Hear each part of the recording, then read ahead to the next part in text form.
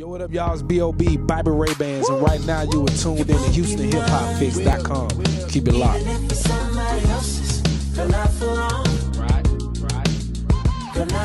Right now, you on tour. How's that going for you?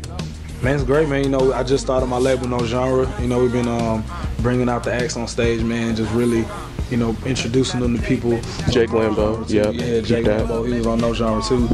And man, it's just like we're just getting ready for this project, man. Getting ready for this role simultaneously.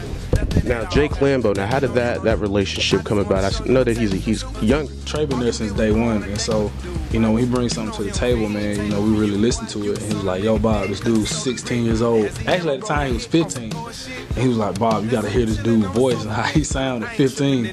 And I was just blown away by it, man, and still am today. Now, are you looking to work with more artists with No Genre? Where are you going with this? Well, really, man, it's kind of taking a shape and a life of its own. You know, we started with Jake, and you know, now we got 5 artists that we're working on right now, and we're actually working on the project now. And you know, I'm just kind of just watching, man, like I'm just watching to see what catches my eye, what catches my attention. Because when you look for something too specific or too particular, you kind of limit yourself from what else could be out there that you wouldn't even never thought about. So the name No Genre, where did that come from? No Genre. What's the inspiration on it? Man, it started with the mixtape No Genre, which I put out after my first album, and people gravitated to that a lot. You know, a lot of people told me that was their favorite mixtape, and so we ended up making it a part 2 and introducing the name of my label in the process of doing so. So, you know, it really came from that. So now you just dropped a project, I think it was July. Now, do you have any upcoming things that you're working on right now? Right now I'm working on the next No Genre project. Okay. And my 4th album. And I just put out my single with Trey Songz, Not For Long. It's on iTunes.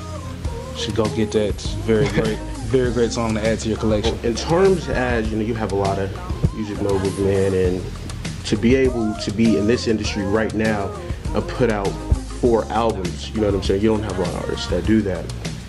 What do you think makes it so that you can continue to have this longevity? Like, what differs you from, you know, most of the people in the industry? I mean, I think my ability to adapt, you know, I mean, everybody knows I'm versatile, but you know, how you adapt to the atmosphere of the music industry has a lot to do with it at the same time. And you know, I'm just open to reason and just open to, you know, things I've never done before. You know, you really have to be that way, because if you don't, you know, you're gonna end up dating yourself, you know. So you don't want to date yourself. The Grand Hustle, man, you've been working with T.I. for quite some time now. How'd that relationship come about?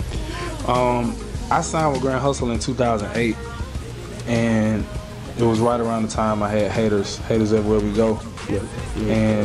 But really, man, like, I've been cool with them since I was in high school. You know, I was doing open mics. I was going to T.I.'s open mic. You know, I was going to the studio, you know, trying to get them, you know, be interested in signing me. And so, you know, it eventually panned out that way. So at what point in time was T.I. like, yo, I gotta sign this guy? Oh, man, it was probably just him seeing what I was doing and getting wind of my music. You know, and me performing at his club definitely caught his attention. You know what I mean? Just the songs that I was doing at the time were just different. You know, like Cloud 9. You know, it really stood out that night. It seems like you kind of like an entrepreneur yourself. I got word you was wanting to open up with Hooters and things of that nature. Is there anything else that you looking to open up? Man, I'm thinking about like no, I'm not gonna say it yet. That's giving away an idea. No, can't do it. All right, something around in that category. Man, I'm really trying to get into fashion. You know, I'm letting that just kind of happen naturally, because it has to be as effortless as getting up and getting dressed in the morning. You know, starting a clothing line is just something, and you got to understand the difference between apparel and clothing, and, you know, fashion, the clothing line.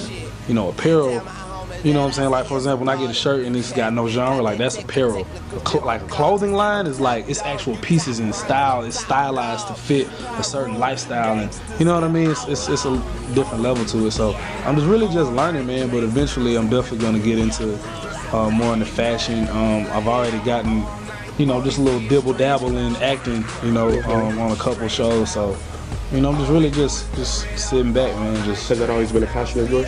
Acting? Yeah, I have a huge respect for acting, man.